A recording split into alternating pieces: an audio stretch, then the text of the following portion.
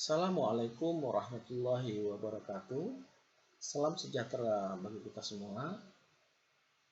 Pada kesempatan pertemuan ketujuh ini kita akan membahas tentang topik Process Selection of Vendor ERP. Kemampuan akhir yang diharapkan adalah kita mampu menggunakan konsep Process Selection of ERP Vendor. Dalam proses seleksi vendor ERP, kita memilih vendornya, juga memilih paket ERP. Hal ini dapat digambarkan dalam sebuah kerangka kerja yang membagi dasar pemilihan dalam beberapa kriteria. Yang pertama yaitu kriteria fungsional, tentunya ini dari sisi bisnis, proses bisnis, kemudian dari sisi fleksibilitas, kemudian dari sisi tingkat kustomisasinya. Kriteria evaluasinya yaitu kita harus bisa melihat fungsional sistem ERP dari perspektif perusahaan atau dari perspektif bisnis. Kemudian kriteria ini menunjukkan sejauh mana sistem ERP yang kita pilih itu sesuai dengan proses bisnis perusahaan. Semakin besar tingkat kesesuaiannya, semakin sedikit biaya kustomisasi dan biaya implementasinya. Tentunya ini secara idealnya ya. Kemudian adanya kesesuaian fungsional yang akan berdampak besar pada total biaya dan waktu implementasi. Salah satu pendekatan yang dapat digunakan misalnya mengukur seberapa besar jumlah perubahan database agar sesuai dengan kebutuhan proses. Kemudian dari sisi flexibility, terutama dalam hal kustomisasi, sistem harus memiliki tingkat kustomisasi yang berbeda. Kustomisasi tingkat tinggi bisa mengikuti proses editing pada metadata. Dalam hal ini lebih mudah dibandingkan mengubah di tingkat bahasa pemrograman. Konsumsi tingkat rendah dapat dilakukan, kustomisasi tingkat rendah dapat dilakukan oleh para pengembang. Kode tambahan harus sesuai dengan kerangka kerja. Upgrade harus fleksibel. Kemudian sistem ERP yang ideal adalah yang dapat melakukan prosedur upgrade tanpa harus mengganggu proses kustomisasi itu sendiri. Kemudian ada proses internasionalisasi. Sistem harus dapat mendukung berbagai bahasa, skema akuntansi dan biaya yang beragam, dan beberapa lokasi perusahaan yang tersebar. Kemudian bentuk sederhana pada internasionalisasi yaitu pada proses penerjemahan antarmuka dan skema akuntansi lokal. Kemudian adanya dukungan multiple site yang berarti sistem dapat melayani beberapa lokasi sekaligus dan tidak tergantung negara. Kemudian adanya kemudahan penggunaan. Tugas sederhana dalam ERP harusnya dapat diselesaikan tanpa banyak proses atau layer. Contoh sederhana untuk pekerjaan yang rutin digunakan dengan menyediakan tombol shortcut. Kemudian dari sisi arsitektur, umumnya ERP memiliki arsitektur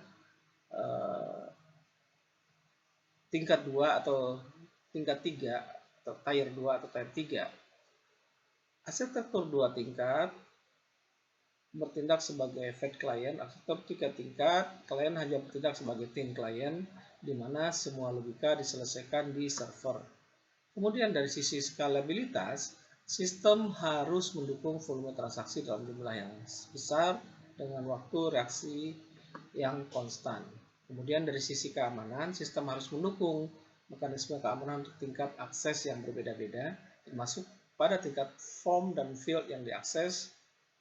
Contohnya, user hanya bisa mengakses modul yang berhubungan dengan pekerjaannya saja. Kemudian dari sisi antarmuka, kemudian dari sisi kebebasan sistem operasi, kemudian dari sisi independence database dan bahasa pemrograman.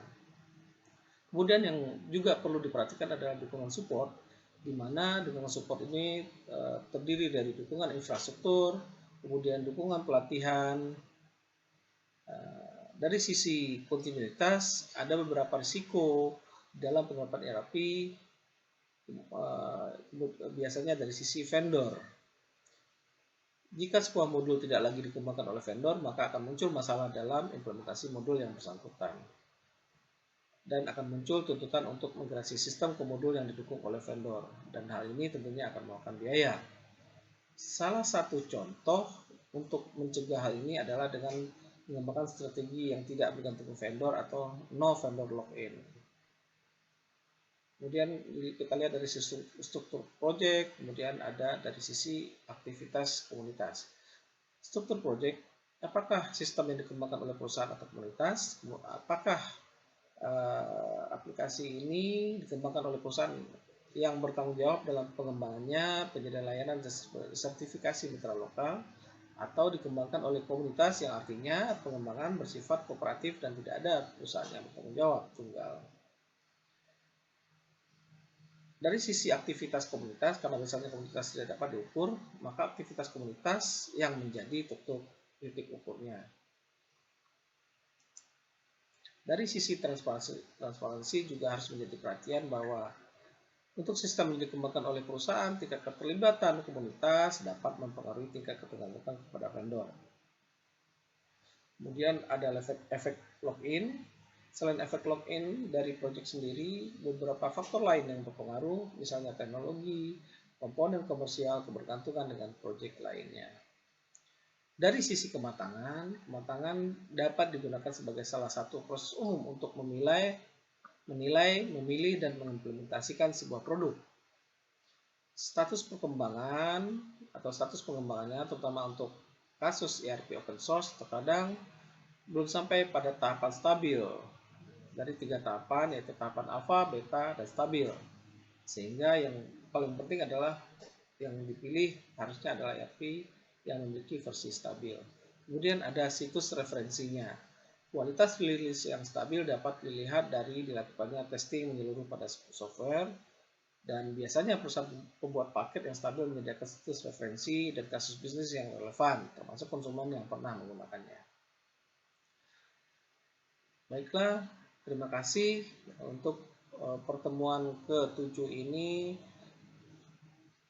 tentang proses implementasi ERP,